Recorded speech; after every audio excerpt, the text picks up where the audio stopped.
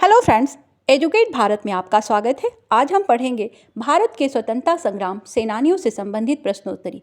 भारत का स्वतंत्रता संघर्ष जो है हमारे स्वतंत्रता सेनानियों के त्याग, बलिदान और संघर्ष से भरा हुआ है, जिन्होंने हमारे देश को औपनिवेशिक शासन से मुक्त कराने के लिए अपने प्राणों की आहुति दे दी। फ्रेंड्स, ये जो टॉपिक है ना, ये प्रतियोगी परीक्षाओं का भी एक बहुत ही महत्वपूर्ण पार्ट है, तो आप इसको वीडियो को बहुत ध्यान से देखिएगा। साथ ही साथ वीडियो को पूरी देखिएगा, जिससे ये वीडियो जो है आपका आने वाले प्रतियोगी परीक्षाओं के लिए एक महत्वपूर्ण उपकरण साबित हो। क्वेश्चन नंबर 1, महात्मा गांधी ने किस वर्ष दांडी यात्रा का नेतृत्व किया था? ए 1926, बी 1929, सी 1930, डी 1931। फ्रेंड्स, महात्मा गांधी ने दांडी यात्रा का नेतृत्व किया था 1930 में। ये दांडी यात्रा चलाई गई थी 1930 में, जिसमें गांधी जी ने नमक बनाया और अंग्रेजों द्वारा बनाए हुए नमक के कानून को गांधी जी ने तोड़ दिया। और ये नमक कानून को तोड़ना या एक तरह के विरोध का प्रतीक था गांधी जी की दांडी यात्रा। स्वतंत्रता सेनानी मंगल पांडे को कब फांसी दी गई थी? हमारे प्यारे मंगल पांडे जी, जिनकी वजह से 1857 में स्वतंत्रता आंदोलन की चिंगारी भड़क उठी पूरे देश में, इनको अंग्रेजों ने फांसी दे दी। तो कब दी? एक 8 अप्रैल 1857, बी 9 अप्रैल 1857, सी 5 मई 1858, डी 10 जून 1859। तो ये फांसी इनको दी गई थी 8 अप्रैल 1857। इसके बाद पूरे देश में आंदोलन भड़क उठा था। अगला प्रश्न, भारतीय स्वतंत्रता संग्राम के निम्नलिखित में से किस प्रमुख व्यक्ति ने स्वराज नामक समाचार पत्र शुरू करके अपनी स्वतंत्रता आंदोलन की यात्रा शुरू की? ए सुभाष चंद्र बोस, बी महात्मा गांधी, सी जवाहरलाल नेहरू, डी चित्तरंजन दास। तो सुभाष चंद्र बोस जी ने अपने स्वतंत्रता आंदोलन की शुरुआत की स्वराज नामक समाचार पत्र से को शुरू करके, इनका नाम है। और कब शुरू किया ये भी जान ले, तो 1922 में, 1922 में ये स्वराज नामक समाचार पत्र को निकालना शुरू किया था नेताजी सुभाष चंद्र बोस ने। अगला प्रश्न है, ब्रिटिश भारत में महात्मा गांधी के नेतृत्व में पहला सत्याग्रह आंदोलन चंपारण सत्याग्रह किस वर्ष शुरू हुआ था? महात्मा गांधी के नेतृत्व में स्टार्ट होने वाला पहला सत्याग्रह आंदोलन था चंपारण सत्याग्रह। ये किस वर्ष स्टार्ट हुआ? तो ये स्टार्ट हुआ था 1917 में, 1917।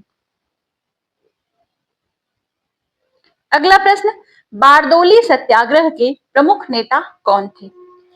तो फ्रेंड्स, बारदोली सत्याग्रह औपनिवेशिक सरकार ने किसानों के ऊपर बहुत ज्यादा टैक्स को बढ़ा दिया था और ये गुजरात में चला था। ये जगह जो है बारदोली गुजरात में है। यहाँ पर किसानों का एक राष्ट्रवादी आंदोलन था 12 जून 1928। 12 जून 1928 को शुरू हुआ बारदोली सत्याग्रह। और इसकी मुख्य मांग जो थी, बॉम्बे प्रेसिडेंसी में लगाए जा रहे 22% का जो टैक्स था उसको बढ़ा दिया था अंग्रेजों ने कृषि के ऊपर। तो किसान भाइयों ने ये आंदोलन किया और इसके जो नेता थे वो सरदार वल्लभ भाई पटेल जी थे। आगे हम बढ़ते हैं।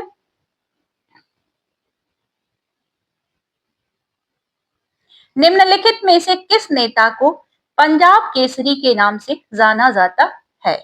था ए लाला लाजपत राय, बी भगत सिंह, सी राजा महाराजा रणजीत सिंह, डी लाला जगत नारायण। तो इनका नाम है लाला लाजपत राय। इनको पंजाब केसरी के उपनाम से भी जाना जाता था। अगला प्रश्न है, कलकत्ता ध्वज जो भारत के पहले औपनिवेशिक ध्वज में से एक था, निम्नलिखित में से किस भारतीय स्वतंत्रता आंदोलन कार्यकर्ता द्वारा डिजाइन किया गया था? भारतीय स्वतंत्रता आंदोलन का राष्ट्रीय ध्वज ये किसने डिजाइन किया था? तो सचिंद्र प्रसाद बोस और हेमचंद्र कानूनगो, इन्होंने इसको डिजाइन किया था। और औपनिवेशिक ध्वज में से एक था कलकत्ता का ध्वज। और कलकत्ता के आंदोलन में कार्यकर्ताओं द्वारा ये डिजाइन किया गया था।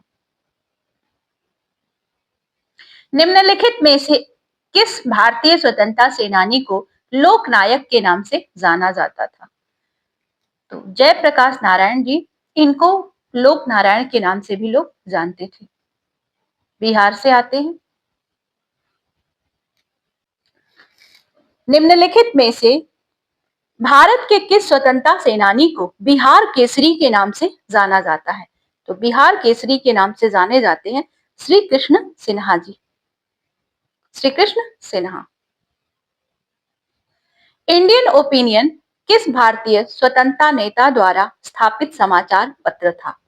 ए महात्मा गांधी, बी जवाहरलाल नेहरू, सी राम गोपाल माहेश्वरी, डी बाल गंगाधर तिलक। इंडियन ओपिनियन ये समाचार पत्र था, महात्मा गांधी द्वारा निकाला जाता था। ऑल इंडिया फॉरवर्ड ब्लॉक नामक पार्टी का गठन किसने किया? ऑल इंडिया फॉरवर्ड ब्लॉक, तो इस पार्टी का गठन किया था नेताजी सुभाष चंद्र बोस जी ने। साप्ताहिक समाचार पत्र मूक नायक की स्थापना किसके द्वारा की गई थी? ये हफ्ते में एक बार निकलती थी मूक नायक समाचार पत्र। इसकी स्थापना B.R. अंबेडकर जी द्वारा की गई थी, डॉक्टर भीमराव अंबेडकर।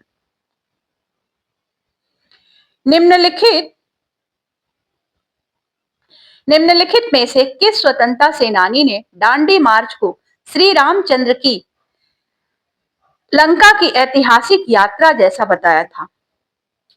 ऐतिहासिक यात्रा जैसा बताया था मोतीलाल नेहरू जी ने। श्री रामचंद्र की लंका की ऐतिहासिक यात्रा जैसा बताया था दांडी यात्रा को, महात्मा गांधी द्वारा की गई दांडी यात्रा को। निम्नलिखित में से किसे अक्सर हिंदी साहित्य और हिंदी रंगमंच का जनक माना जाता है? ए भारतेंदु हरिश्चंद्र, बी हजारी प्रसाद द्विवेदी, सी मुंशी प्रेमचंद, डी माखनलाल चतुर्वेदी। तो हिंदी साहित्य और रंगमंच का जनक कहा जाता है भारतेंदु हरिश्चंद्र जी को। निम्नलिखित में से किसने सती प्रथा के उन्मूलन के लिए लड़ाई लड़ी? तो इसमें बहुत ज्यादा प्रसिद्ध नाम आता है, एक फेमस है राजा राममोहन राय जी। 1928 में इन्होंने कानून भी बनवा दिया। महर्ता अखबार किस भारतीय स्वतंत्रता कार्यकर्ता द्वारा शुरू किया गया था? ए बाल गंगाधर तिलक, बी बिपिन चंद्र पाल, सी लाला लाजपत राय, डी अरविंदो घोष। तो अखबार का नाम है महर्ता।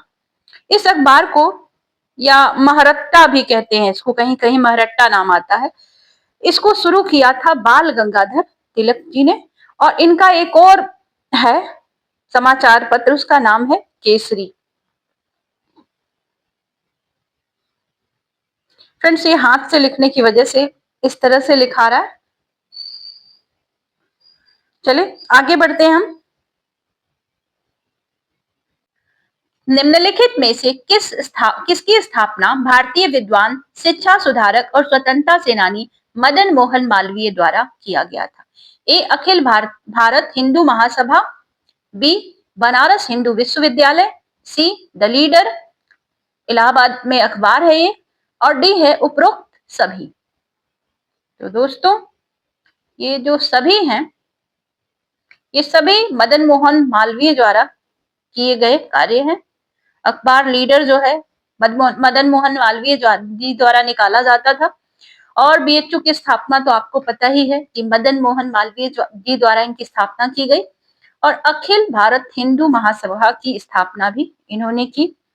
1919 में इनका एक प्रभावशाली अखबार जो था, ये 1919 में जालियांवाला बाग घटना जब हुई थी उसी समय इनका एक प्रभावशाली अखबार निकलता था, उसका नाम था द लीडर। और भारत में हिंदू राष्ट्रवादी राजनीतिक दल इन्होंने स्थापित किया, जिसका नाम था अखिल भारत हिंदू महासभा। और इसकी स्थापना कब हुई थी ये जान लेते हैं। तो 1915 में हुई थी इसकी स्थापना, जब गांधी जी भारत वापस लौटे थे दक्षिण अफ्रीका से। उन्होंने मदन मोहन मालवीय की बात कर रहे हैं, 1916 में बनारस हिंदू विश्वविद्यालय की स्थापना कब की? तो 1916 में। ठीक है, आगे बढ़ते हैं। सामाजिक राजनीतिक आंदोलन शुद्धि आंदोलन किसके द्वारा शुरू किया गया था? ए दयानंद सरस्वती, बी मदन मोहन मालवीय, सी राजा राम मोहन राय, डी रविंद्रनाथ टैगोर। तो शुद्धि आंदोलन, ये आंदोलन नाम से स्पष्ट है, ये दयानंद सरस्वती जी द्वारा शुरू किया गया था। ये सामाजिक और राजनीतिक आंदोलन था। समाज में बुराइयों को, कुरीतियों को दूर करने के लिए स्टार्ट किया था दयानंद जी ने। निम्नलिखित में से किस स्वतंत्रता सेनानी की मृत्यु फांसी से नहीं हुई थी? ए भगत सिंह, बी मंगल पांडे, सी चंद्रशेखर आजाद, डी वीर पांड्या कट्टा बोम्मन।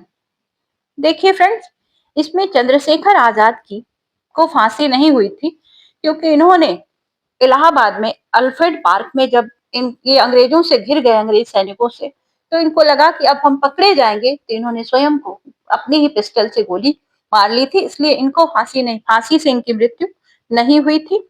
इनको लगा कि अंग्रेजों के हाथों पकड़ा जाऊं और मारा जाऊं, उससे अच्छा है मैं स्वयं को समाप्त कर लूं देश के लिए। ऐसे शहीदों को नमन है। आगे बढ़ते हैं। पराक्रम दिवस किस प्रमुख भारतीय स्वतंत्रता सेनानी के जन्मदिन को चिन्हित करने के लिए भारत में मनाया जाने वाला एक राष्ट्रीय कार्यक्रम है? पराक्रम दिवस। फ्रेंड्स, सुभाष चंद्र बोस की जयंती को हम पराक्रम दिवस के रूप में मनाते हैं। अब बात आती है कब से, तो 23 जनवरी 2021 से इसको शुरू किया हमारी सरकार ने, मोदी गवर्नमेंट ने स्टार्ट किया इसको 23 जनवरी 2021 से। कब से शुरू हुआ? 23 जनवरी 2021 से पराक्रम दिवस के रूप में हम इसको मनाते हैं। और हमारे स्वतंत्रता सेनानी हैं सुभाष चंद्र बोस जी, जिनका जन्म 23 जनवरी 1897 को कटक नामक स्थान पर हुआ था। तो कब से मनाते हैं? 23 जनवरी 2021 से स्टार्ट किया गया है पराक्रम दिवस। भारतीय हिंदू शुद्धि महासभा की स्थापना किसके द्वारा की गई थी? शुद्धि महासभा, भारतीय हिंदू शुद्धि महासभा, इस सभा की स्थापना की गई थी स्वामी श्रद्धानंद जी के द्वारा। नेक्स्ट क्वेश्चन, किस स्वतंत्रता सेनानी ने भारत स्काउट और गाइड्स के पहले अध्यक्ष के रूप में कार्य किया? भारत स्काउट और गाइड्स के पहले अध्यक्ष, इनका नाम है मंगलदास पकवासा। इन्होंने भारत स्काउट और गाइड्स के पहले अध्यक्ष ये बने।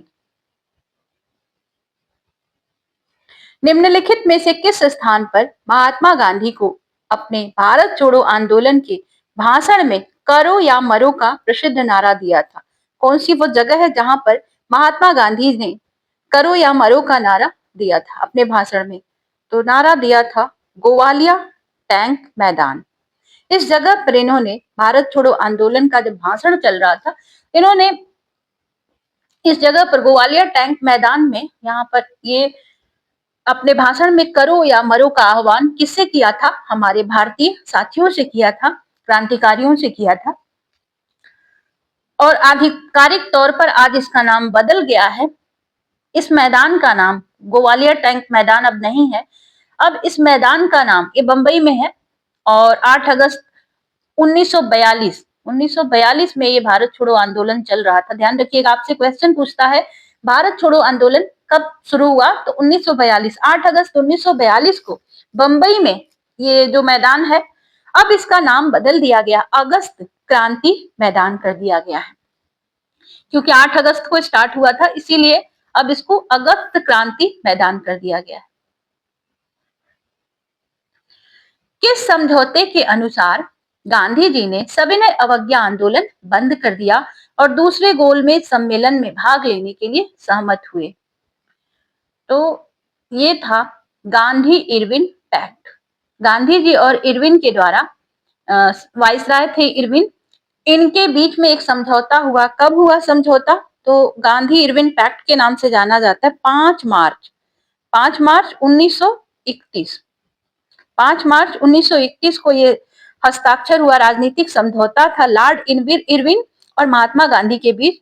और ये समझौते के बाद गांधी जी तैयार हुए गोलमेज सम्मेलन में भाग लेने के लिए, द्वितीय गोलमेज सम्मेलन में भाग लेने के लिए। तो सुभाष चंद्र बोस जी ने भारतीय राष्ट्रीय सेना का झंडा फहराया जो मणिपुर राज्य का एक शहर और नगर परिषद है, मणिपुर। ऑप्शन नंबर सी सही है।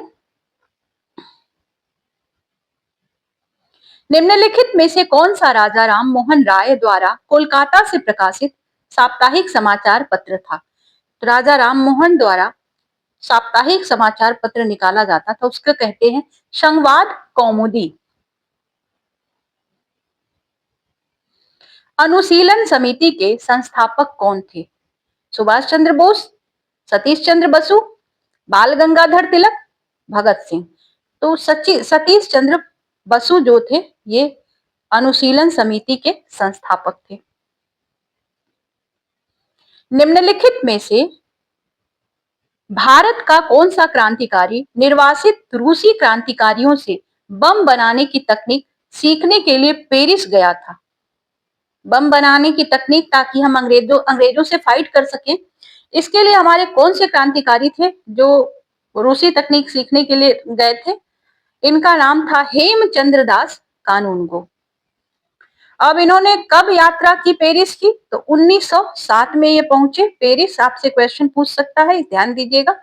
1907 में ये पहुंचे, जहां उन्होंने निर्वासित रूसी क्रांतिकारियों से पिक्रिक एसिड बम बनाने की तकनीक को सीखा। और इसके बाद कलकत्ता ध्वज रचनाकारों में से भी एक थे, जो इन्होंने कलकत्ता में जो आंदोलन चला उसमें इन्होंने हमारे जो राष्ट्र ध्वज था उस समय क्रांतिकारी जो लेकर के चलते थे उसको इन्होंने बनाने का या डिजाइन करने का काम किया, जो भारत के पहले अनौपचारिक झंडों में से एक था। और स्वतंत्र भारत का पहला झंडा किसके द्वारा फहराया गया, ये प्रश्न भी आता है।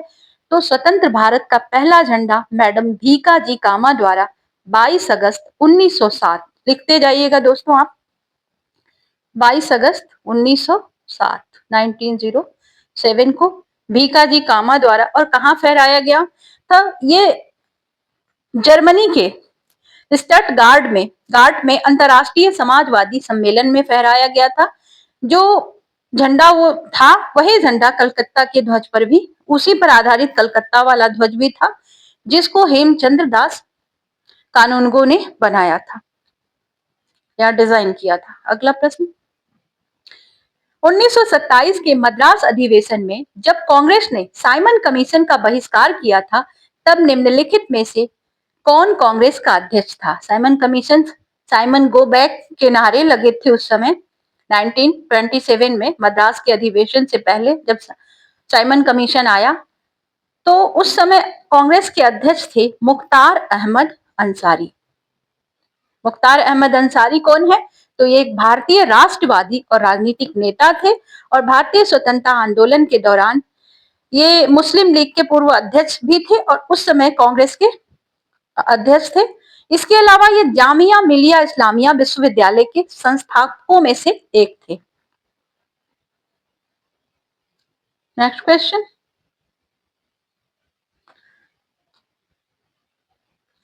मोतीलाल नेहरू द्वारा प्रारंभ किए गए समाचार पत्र का नाम क्या था? क्या नाम था? मोतीलाल नेहरू जी ने एक समाचार पत्र निकाला, इसका नाम था द इंडिपेंडेंट। अब हम जान लेते हैं, Irish man James Augustus Hickey ने भारत का पहला मुद्रित समाचार पत्र प्रकाशित किया। किसने प्रकाशित किया भारत का पहला मुद्रित समाचार पत्र? तो जेम्स ऑगस्टस हिक्की। और इसके बाद 29 जनवरी 1780 को हिक्की के अखबार की स्थापना हुई, जिसे बंगाल गजट या कलकत्ता जनरल एडवाइजर के नाम से भी जाना जाता है। हम नाम जानते हैं बंगाल गजट। भारत का अगर पहला अखबार पूछे तो आप यही बताते हैं बंगाल गजट, बंगाल गजट ही हम बताते हैं। और इसके बाद कोलकाता से निकलने वाला एक साप्ताहिक अंग्रेजी भाषा का यह समाचार पत्र था। गांधीवादी पत्रकार हिंदी भाषा के ध्वजवाहक श्री राम गोपाल माहेश्वरी द्वारा 8 फरवरी 1934 को नागपुर में नवभारत नामक हिंदी समाचार पत्र शुरू हुआ? क्योंकि आपसे पूछा जाएगा अगर कि हिंदी का पहला समाचार पत्र कौन सा था, तो इसका नाम है नव भारत। आप लिखेंगे नव भारत।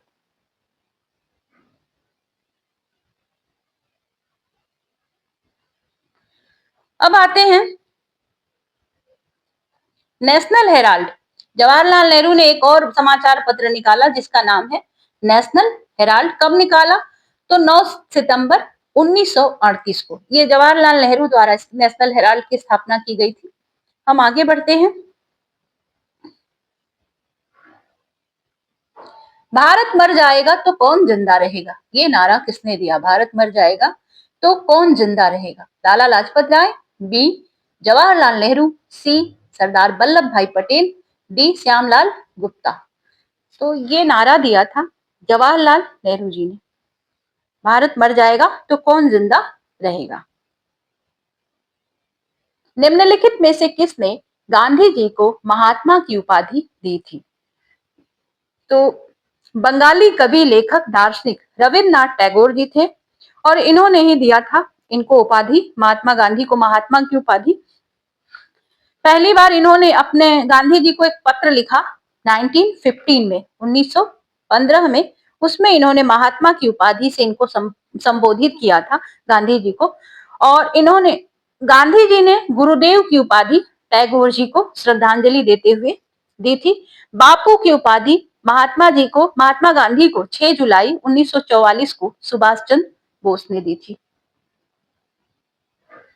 बाद में सुभाष चंद्र बोस जी द्वारा दिया गया, लेकिन उस उपाधि का प्रथम बार इस्तेमाल किसने किया अगर आपसे पूछा जाए, तो पहली बार गांधी जी को लिखे पत्र में इस उपाधि का इस्तेमाल, महात्मा नाम की उपाधि का इस्तेमाल किया था रविन्द्रनाथ टैगोर ने। इसलिए दोनों लोगों का नाम आता है, नेताजी सुभाष चंद्र बोस और रविन्द्रनाथ टैगोर। निम्नलिखित में से किस स्वतंत्रता सेनानी ने प्रसिद्ध समाचार पत्र द हितवाद, नाम है द हितवाद, की स्थापना की? तो हितवाद की स्थापना किसने की? इनका नाम है गोपाल कृष्ण गोखले। इसकी स्थापना इन्होंने, हितवाद जो समाचार पत्र है, इसकी स्थापना इन्होंने 1911 में की, 1911, और नागपुर में की थी। अखबार को पुरोहित एंड कंपनी ने अपने कब्जे में ले लिया, जिसके मालिक भारतीय जनता पार्टी के पूर्व सांसद और पंजाब के पूर्व राज्यपाल बनवारी लाल पुरोहित हैं। कौन अपने कथन स्वराज मेरा जन्म सिद्ध अधिकार है के लिए जाना जाता है? ये किसका नारा है? स्वराज मेरा जन्म सिद्ध अधिकार है। ये बाल गंगाधर तिलक का एक नारा है, या उनका कथन समझ लीजिए, इन्होंने कहा था। अगला नारा भी है मारो फिरंगी को। ये शब्द किसने कहे थे? तो ये शब्द कहे थे हमारे प्रथम स्वतंत्रता संग्राम सेनानी मंगल पांडे जी ने। आगे भी एक तरह का नारा ही है, तो वेदों की ओर लौटो, स्वामी दयानंद सरस्वती जी का नाम इससे जुड़ा हुआ है। दिल्ली चलो, ये नारा आपको, अगर इसमें से किसी भी नारे को आप जानते हैं पहले से किसका नारा है, तो आप कमेंट बॉक्स में मुझसे पहले लिखने का प्रयास करें। दिल्ली चलो का नारा किसने दिया? महात्मा गांधी, सुभाष चंद्र बोस, भारतेंदु हरिश्चंद्र, डी है श्यामलाल गुप्ता। इनका नाम है सुभाष चंद्र बोस जी ने दिल्ली चलो का नारा दिया। अगला प्रश्न है, निम्नलिखित में से भारत का कौन सा स्वतंत्रता सेनानी स्वतंत्र भारत का पहला शिक्षा मंत्री बना? भारत के स्वतंत्रता संग्राम के सेनानी थे और भारत में जब भारत आजाद हुआ तो हमारे शिक्षा मंत्री बने। इनका नाम था मौलाना अबुल कलाम आजाद। और स्वतंत्र भारत की अब बात कर लेते हैं, कानून मंत्री कौन थे? पहले कानून मंत्री, इनका नाम था भीमराव अंबेडकर जी। आप लिखते जाइए फ्रेंड्स।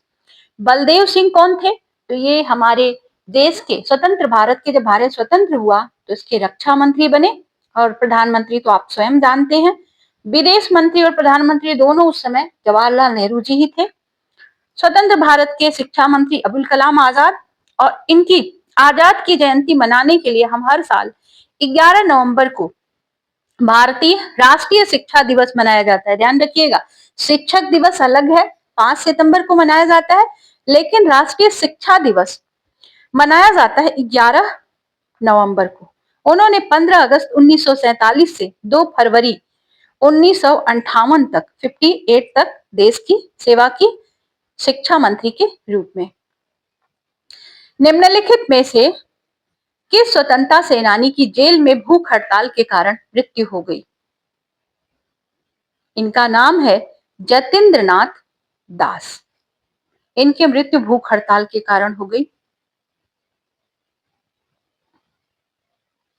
निम्नलिखित में से कौन सा भारतीय राष्ट्रवादी अलीपुर बम केस से जुड़ा था, जिसे मुरारीपुर साजिश के रूप में भी जाना जाता है? मुरारीपुर साजिश।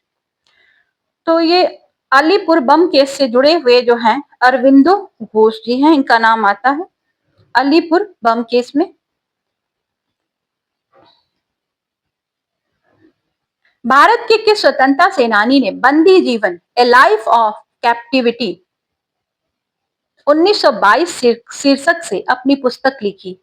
बंदी जीवन ए लाइफ ऑफ कैप्टिविटी, ये पुस्तक लिखी थी सचिंद्रनाथ सान्याल जी ने। सचिंद्रनाथ सान्याल अंडमान और निकोबार द्वीप समूह में ये सेल्युलर जेल में थे। कारावास के दौरान इन्होंने इस पुस्तक को लिखा और 1922 में अपनी इस पुस्तक को इन्होंने लिखा। कब लिखा? तो आप लिखेंगे 1922, जब ये अंडमान निकोबार की जेल में थे।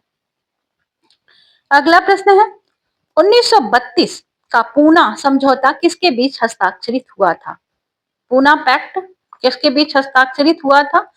तो B.R. अम्बेडकर और महात्मा गांधी के बीच हस्ताक्षरित हुआ था पूना पैक्ट। हिंदुओं और दलित वर्ग के बीच एक समझौता था, जिसे अब अनुसूचित जाति या एससी के रूप में हम लोग जानते हैं।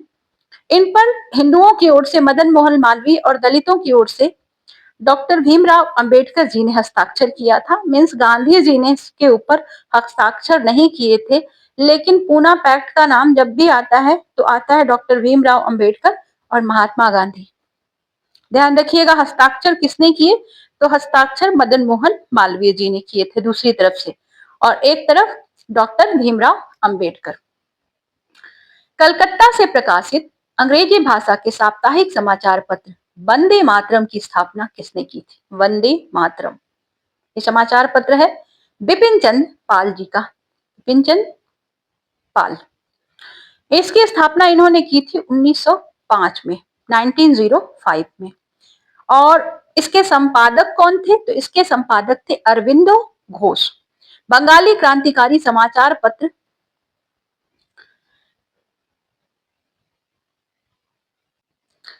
का एक नाम आता है, उसका नाम है युगांतर। ये पत्रिका निकालने वाले थे 1906 में, इसको निकालने वाले थे वरिंद्र कुमार घोष। नेक्स्ट क्वेश्चन पर हम आते हैं। इंडिसे लीजन, जिसे टाइगर लीजन के नाम से भी जाना जाता है, इंडिसे लीजन टाइगर लीजन के नाम से भी जाना जाता है, इंडिसे लीजन।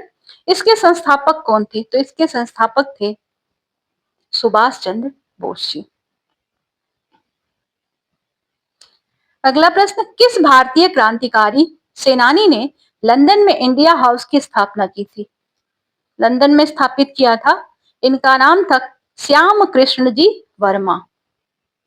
ये अन्य भारतीय क्रांतिकारियों के सहयोग से इन्होंने भारतीय छात्रों को छात्रवृत्ति दिलाने के लिए, राष्ट्रवादी कार्यों को बढ़ावा देने के लिए 1905 में इंग्लैंड में इंडिया हाउस का इन्होंने गठन किया था। और यह उपनिवेशवाद विरोधी राय और विचारों का एक प्रमुख मंच था। मतलब अंग्रेजों के विरुद्ध जितने भी विचार थे या भावनाएं थी यहाँ व्यक्त करने के लिए ये बना हुआ था इंडिया हाउस।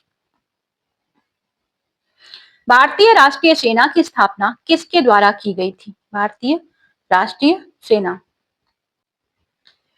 भारतीय राष्ट्रीय सेना की स्थापना कैप्टन मोहन सिंह के द्वारा की गई थी। Captain Mohan Singh. Next question, Bharat के किस स्वतंत्रता सेनानी ने द इंडियन स्ट्रगल पुस्तक लिखी? तो सुभाष चंद्र बोस जी ने इंडियन स्ट्रगल पुस्तक को लिखा। निम्नलिखित में से भारत के कौन से स्वतंत्रता सेनानी तुर्की की शिकायतों के निवारण के लिए खिलाफत आंदोलन के नेता बने? तुर्की में एक शासक थे जो जिनको हटा दिया गया, वहां पर मोहम्मदन शासक थे और उसके विरोध में इन्होंने खिलाफत आंदोलन भारत में स्टार्ट किया। तो कौन से स्वतंत्रता सेनानी थे तुर्की की शिकायतों के निवारण के लिए खिलाफत आंदोलन के जो लीडर बने? उनका नाम था मौलाना अबुल कलाम आजाद। व्यक्तिगत सत्याग्रह करने वाले प्रथम व्यक्ति कौन थे? तो व्यक्तिगत सत्याग्रह करने वाले प्रथम व्यक्ति थे विनोबा भावे जी। इन्होंने 17 अक्टूबर 1940 को अपना पहला व्यक्तिगत सत्याग्रह स्टार्ट किया। अक्सर आचार्य इनको कहा जाता था और गांधीवादी विनोबा भावे थे। इनको बहुत ज्यादा जाना जाता है भूदान आंदोलन के लिए। इन्होंने बहुत सारे लोगों से जिनके पास बहुत सारी जमीन थी उनका आह्वान किया कि आप गरीबों को जमीन का दान करें, भूदान आंदोलन चलाया। उन्होंने गीता का मराठी भाषा में अनुवाद किया। गीताई नाम क्या है? गीताई। मराठी भाषा में जो अनुवाद है गीता का उसको गीताई के नाम से इन्होंने एक अलग ही अनुवाद किया। नेक्स्ट क्वेश्चन, निम्नलिखित में से किस भारतीय स्वतंत्रता कार्यकर्ता ने अपने जीवन काल के दौरान मैंगो ऑफ सलेम उपनाम प्राप्त किया था? उपनाम है मैंगो ऑफ सलेम। किस स्वतंत्रता कार्यकर्ता को नाम मिला था? तो ये नाम मिला था चक्रवर्ती राजगोपालाचारी को। फ्रेंड्स, ये वीडियो 50 क्वेश्चंस की यहीं समाप्त होती है। मिलते हैं हम आपसे नेक्स्ट वीडियो में। तब तक के लिए goodbye. Thank you for watching.